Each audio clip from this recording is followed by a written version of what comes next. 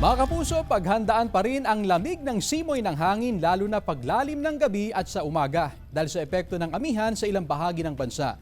Apektado nito ngayon ang Northern at Central Luzon, habang easterlies o sa eastern section ng Southern Luzon naman ang naabot ng shear line. May umiiral ding easterlies sa iba pang bahagi ng bansa. 13.3 degrees Celsius ang naitalang pinakamababang temperatura kanina umaga sa La Trinidad, Benguet.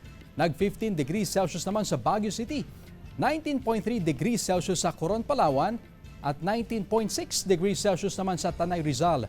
19.8 degrees Celsius ang naitala sa Abukay, Bataan. Base naman sa rainfall forecast ng Metro Weather, may mga kalat-kalat na ulan na inaasahan sa Apayao, Mountain Province, Cagayan, Aurora, Ifugao, Kalinga at Isabela.